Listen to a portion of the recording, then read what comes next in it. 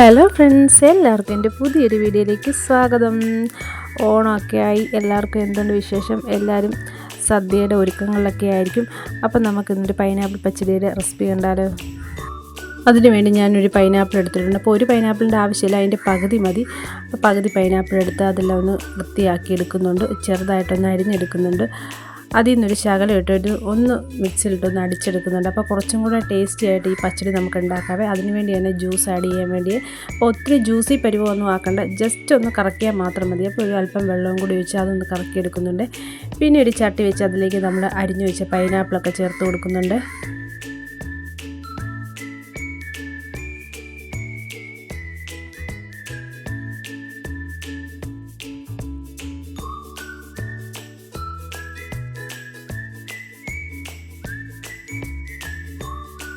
അതിലേക്ക് ആവശ്യത്തിന് ഉപ്പ് ചേർത്ത് കൊടുക്കുന്നുണ്ട്. അതിലേക്ക് 1/4 ടീസ്പൂൺ മഞ്ഞൾപ്പൊടിയും കൂടെ ചേർത്ത് കൊടുക്കുന്നുണ്ട്.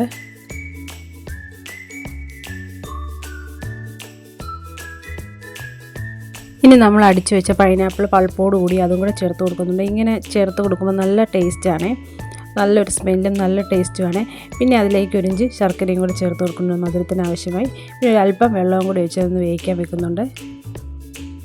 ഇനി നമുക്കതിലേക്കുള്ള അരപ്പ് റെഡിയാക്കാവേ. അതിനായിട്ട് ഞാനൊരു ചെറിയ തേങ്ങയുടെ ഒരു അരമുറി തേങ്ങ ചിരകിയതെടുത്തിട്ടുണ്ട്. അതൊരു മിക്സിയുടെ ജാറിലേക്ക് ഇട്ട് കൊടുക്കുന്നുണ്ട്.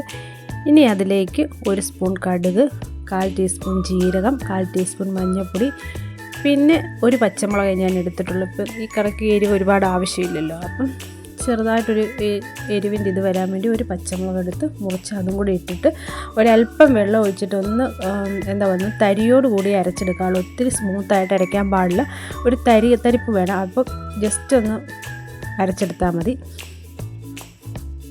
ഈ പൈനാപ്പിളൊക്കെ ഇവിടെ നല്ല വെന്ത് വന്നിട്ടുണ്ട്. ഇനി നമുക്കതിലേക്ക് അരപ്പൊക്കെ ചേർത്ത് കൊടുക്കാം.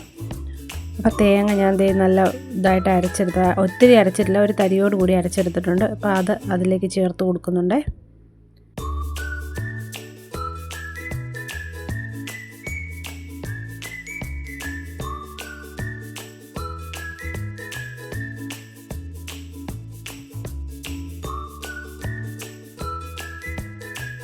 അരപ്പിട്ട് അതെല്ലാം കൂടി ഒന്ന് ഇളക്കി യോജിപ്പിച്ചൊന്ന് തിള വരുന്നവരെ ഒന്ന് വെയിറ്റ് ചെയ്യണേ.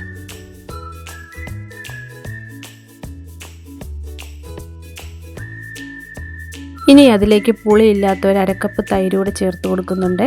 തൈര് ഒഴിച്ചിട്ട് തിളയ്ക്കാൻ പാടില്ലേ. പിന്നെ ഞാൻ അതെല്ലാം വേറൊരു ചട്ടിയിലേക്ക് മാറ്റി കൊടുത്തിട്ടുണ്ട്. ഇനി നമുക്കതിലേക്ക് കടുക് വറുത്തിടാവേ. അതിനായിട്ട് ഞാനൊരു പാൻ വെച്ച് അതിലേക്ക് വെളിച്ചെണ്ണ ഒഴിച്ച് കൊടുത്ത് കടുകും വറ്റൽമുളകും കറിവേപ്പിലയും കൂടി ഇട്ടൊന്ന് മൂപ്പിച്ച് താളിച്ചൊഴിക്കുന്നുണ്ട്.